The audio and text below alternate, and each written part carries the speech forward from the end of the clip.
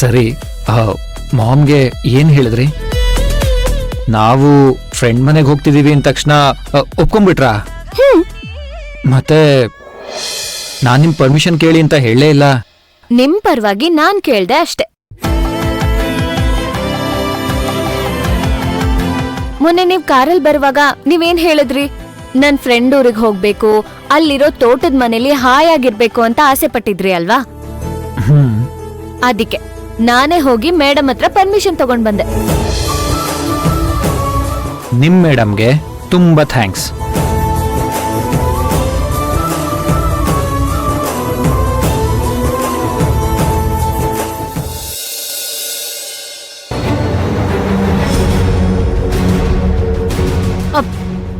ಓಂಕಾರ್, ಏನ್ ಮಾತಾಡ್ತಾ ಇದ್ದೀರಾ ನೀವು?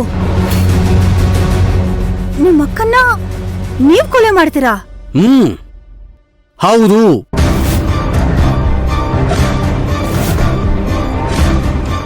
ಅವಳು ಹೇಳ್ಕೊಟ್ಟಿರೋ ಪಾಠನ ಅವಳಿಗೆ ತಿರುಗಿಸ್ತೀನಿ. ಬಿಡ್ತು ಅನ್ನಿ ಡ್ಯಾಡ್, ಏನೇನೋ ಮಾತಾಡ್ಬೇಡಿ. ಏನೇನೋ ಮಾತಾಡ್ತಿಲ್ಲ ಬೇಬಿ. ಈ ಓಂಕಾರ್ಗೆ ಕೊಲೆ ಮಾಡೋದು ಗೊತ್ತು, ಕೊಲೆ ಮಾಡಿ ತಪ್ಪಿಸ್ಕೊಳ್ಳೋ ದಾರಿನೂ ಗೊತ್ತು. ಒಂದ್ ವೇಳೆ ಸಿಕ್ಕಾಕೊಂಡೆ ಅಂತ ಅನ್ಕೋ, ಐ ಡೋಂಟ್ ಕೇರ್. ಜೈಲ್ಗೆ ಹೋಗಕ್ಕೂ ನಾನು ರೆಡಿ ಆಗಿದ್ದೀನಿ.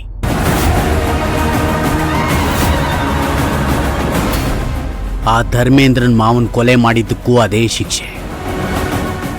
ಈಗ ಅಕ್ಕನ್ ಕೊಲೆ ಮಾಡಿದ್ರು ಅದೇ ಶಿಕ್ಷೆ ತಾನೆ.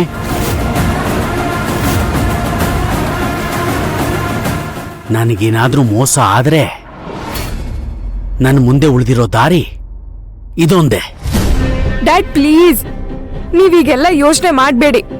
ನೀವ್ ಜೈಲಿಗೆ ಹೋದ್ರೆ ನಾವ್ ನೆಮ್ಮದಿಯಾಗಿ ಜೀವನ ಮಾಡೋದಿಕ್ಕಾಗತ್ತಾ? ಬೇಬಿ, ಪ್ರತಿ ತಂದೆಗೂ ತನ್ನ ಮಗಳು ಚೆನ್ನಾಗಿರ್ಲಿ, ಚೆನ್ನಾಗಿ ಬಾಳ್ಲಿ ಅನ್ನೋ ಕನ್ಸಿರುತ್ತೆ. ತಾಯಿಯಾದವಳು ತನ್ನ ಮಕ್ಕಳನ್ನ ಕಂಕ್ಲಲ್ಲಿ ಇಟ್ಕೊಂಡು ತಿರ್ಗಾಡ್ತಾಳೆ. ಆದ್ರೆ ತಂದೆ ಆದವನು ಹೆಗಲ್ ಮೇಲೆ ಹೊತ್ಕೊಂಡು ತಿರ್ಗಾಡಿಸ್ತಾನೆ. ಯಾಕೆ ಹೇಳು? ತನಗ್ ಕಾಣದೇ ಇರೋದು, ತನಗ್ ಸಿಕ್ಕದೇ ಇರೋದು ತನ್ನ ಮಕ್ಕಳಿಗೆ ಕಾಣ್ಲಿ ಅನ್ನೋ ಆಸೆಯಿಂದ. ನಾನು ಅಷ್ಟೇ. ನೀನು ಈ ವಂಶಕ್ಕೆ ಮಹಾರಾಣಿಯಾಗಿ ಮೆರಿಬೇಕು ಅಂತ ಆಸೆ ಪಟ್ಟೆ. ಅದಕ್ಕೆ ಚಿಕ್ಕ ವಯಸ್ಸಿಂದಲೂ ನಿನಗೆ ವಿರಾಟ್ ಮೇಲೆ ಪ್ರೀತಿ ಬರಲಿ ಅನ್ನೋ ಹಾಗೆ ನೀನನ್ನು ಬೆಳೆಸ್ಬಿಟ್ಟೆ. ನನ್ನ ಕನಸನ್ನ ನನಸು ಮಾಡ್ಕೋಬೇಕು ಅನ್ನೋ ಒಂದೇ ಕಾರಣಕ್ಕೆ ಅಕ್ಕ ಹೇಳಿದಕ್ಕೆಲ್ಲ ಹ್ಞೂ ಅಂದೆ. ಅವಳು ಗುಲಾಮನ್ ತರ ಇದ್ದೆ. ಆದ್ರೆ ಈಗೇನಾದ್ರೂ ಅಕ್ಕ ಅವಳು ಹೇಳ್ದಾಗ ನಡ್ಕೊಳ್ದೆ ಇದ್ರೆ ನಾ ಸುಮ್ಮನೆ ಇರಲ್ಲ ಬೇಬಿ. ಈ ಅಪ್ಪನ ಬಗ್ಗೆ ನಿನ್ನ ಕೋಪ ಇರಬಹುದು. ನನ್ನ ಅತ್ತಾಗ ಸಮಾಧಾನ ಮಾಡಕ್ ಬರ್ದೇ ಇರೋ ಎಂಥ ಅಪ್ಪ ಇವನು ಅಂತ ನನ್ನ ಬಗ್ಗೆ ಅಸಹ್ಯ ಬಂದಿರಬಹುದು. ಆದ್ರೆ ಏನ್ ಮಾಡ್ಲಿ ಪುಟ್ಟಿ, ಆ ಟೈಮಲ್ಲಿ ನಿನ್ನನ್ನು ಎದುರಿಸೋ ಶಕ್ತಿ ಈ ನಿನ್ನ ಅಪ್ಪನ್ಗಿರ್ಲಿಲ್ಲ. I am sorry baby. Dad,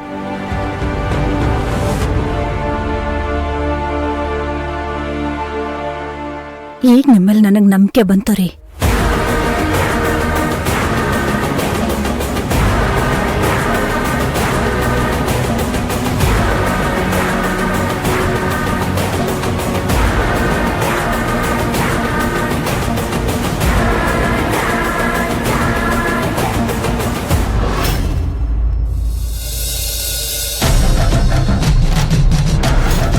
this is unbelievable ಮಾವ. ಈ ಪ್ರಾಜೆಕ್ಟ್ ಸಿಗ್ಬಾರ್ದು ಅಂತಾನೆ ಸಿಂಧು ಏನೋ ಗಿಮಿಕ್ ಮಾಡಿದಾಳೆ. ಇಷ್ಟು ವರ್ಷ ದಿವಾನ್ ಫ್ಯಾಮಿಲಿ ಹೆಸರಿಲ್ದೆ ಬಿಲ್ಡಿಂಗ್ ಮೇಲೆ ಒಂದಿಟ್ಟಂಗಿ ಬೀಳ್ತಿರ್ಲಿಲ್ಲ. ಆದ್ರೆ ಈ ಸಲ ಅವಳು ನಮ್ಮನ್ನೇ ಹೊರಡೆ ಇಟ್ಟಿದ್ದಾಳೆ. ಮಾವ, ಅವಳ ಸುಮ್ಮನೆ ಬಿಡಬಾರ್ದು ಮಾವ, ಅವಳ ಸುಮ್ಮನೆ ಬಿಡಬಾರ್ದು. ಏನ್ ಮಾಡ್ತಾ ಇದ್ದೆ?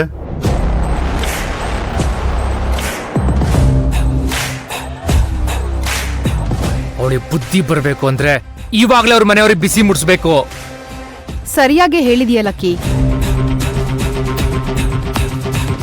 ಆ ಕೊಲೆಗಾರ ಓಂಕಾರ್ ಮೇಲೆ ಕೇಸ್ ಫೈಲ್ ಮಾಡಿ ಅರೆಸ್ಟ್ ಮಾಡಿಸಿ ಒಳಗಾಕ್ಸಿ ಮೀಡಿಯಾದಲ್ಲಿ ಬರೋ ಹಾಗೆ ಮಾಡಿದ್ರೆ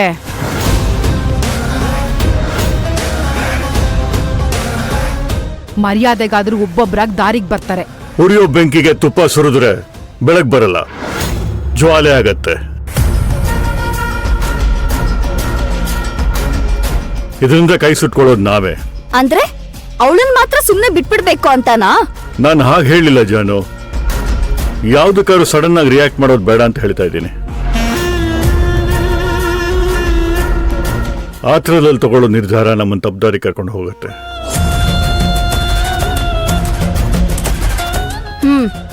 ಗೊತ್ತಾಯ್ತು ಬಿಡಿ ಡ್ಯಾಡ್, ನೀವ್ ಅವಳ ವಿರುದ್ಧ ಹೋಗಲ್ಲ. ಜಾನು, ನೀನೆಲ್ಲ ದ್ವೇಷದಿಂದ ನೋಡ್ತಿದ್ಯಾ. ನೀನ್ ಅನ್ಕೊಂಡ ಹಾಗಲ್ಲ. Bhairavi is a very talented girl. ಇವನ್ ತರ ಆರ್ಭಾಟ ಮಾಡಲ್ಲ. ನಿಂತರ ಬಂದು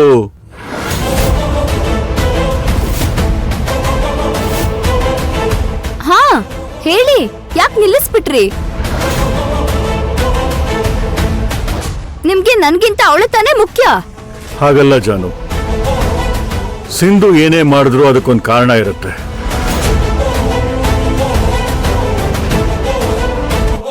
ಸ್ವಲ್ಪ ಯೋಚನೆ ಮಾಡಿ.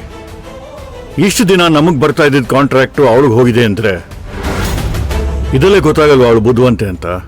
ಅಂದ್ರೆ ನಮ್ ಕಂಪ್ನಿ ಫ್ಲಾಪ್ ಆಗೋದಕ್ಕೆ ಆ ಸಿಂಧುನೇ ಕಾರಣ ಅಂತ ನೀನು ಒಪ್ಕೋತಾ ಇದೀಯ ಅಲ್ವಾ ಅಣ್ಣ? ಮಹಿಮಾ, ಆಳ ಗೊತ್ತಿಲ್ಲದೆ ಕಾಲಿಟ್ಟೋರ್ಗೆ ಸಮುದ್ರ ಯಾವತ್ತೂ ಶಂಸಲ್ಲ. ಹಾಗೆ ಎದುರಾಳಿ ತಾಕತ್ ಗೊತ್ತಿಲ್ಲದೆ ಈಜಕ್ಕೆ ಹೋದವ್ರನ್ನ ಇತಿಹಾಸ ಯಾವತ್ತೂ ಶಂಸಲ್ಲ. ನಾವಿಲ್ಲಿ ಸೋತಿರೋದು ಕೇವಲ ಕಾಂಟ್ರಾಕ್ಟ್ ವಿಷಯದಲ್ಲ, ಸಿಂಧುನ ಅಳಿಯೋದ್ರಲ್ಲಿ ಸೋತಿದ್ದೀವಿ.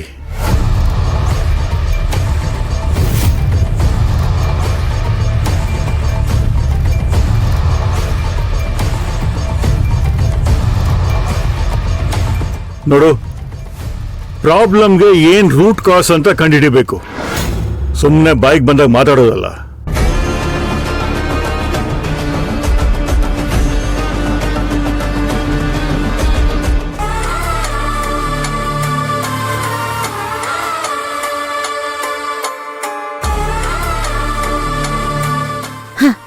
ಆಯ್ತಾ? ಯೋಚನೆ ಮಾಡಿದ್ದಾಯ್ತಾ? ಏನೇ ವಸು ಇದು? ಆ ಸಿಂಧು ಬಂದು ನನಗ್ ಬ್ರೇಕ್ ಬೇಕು ಅಂತಾಳೆ.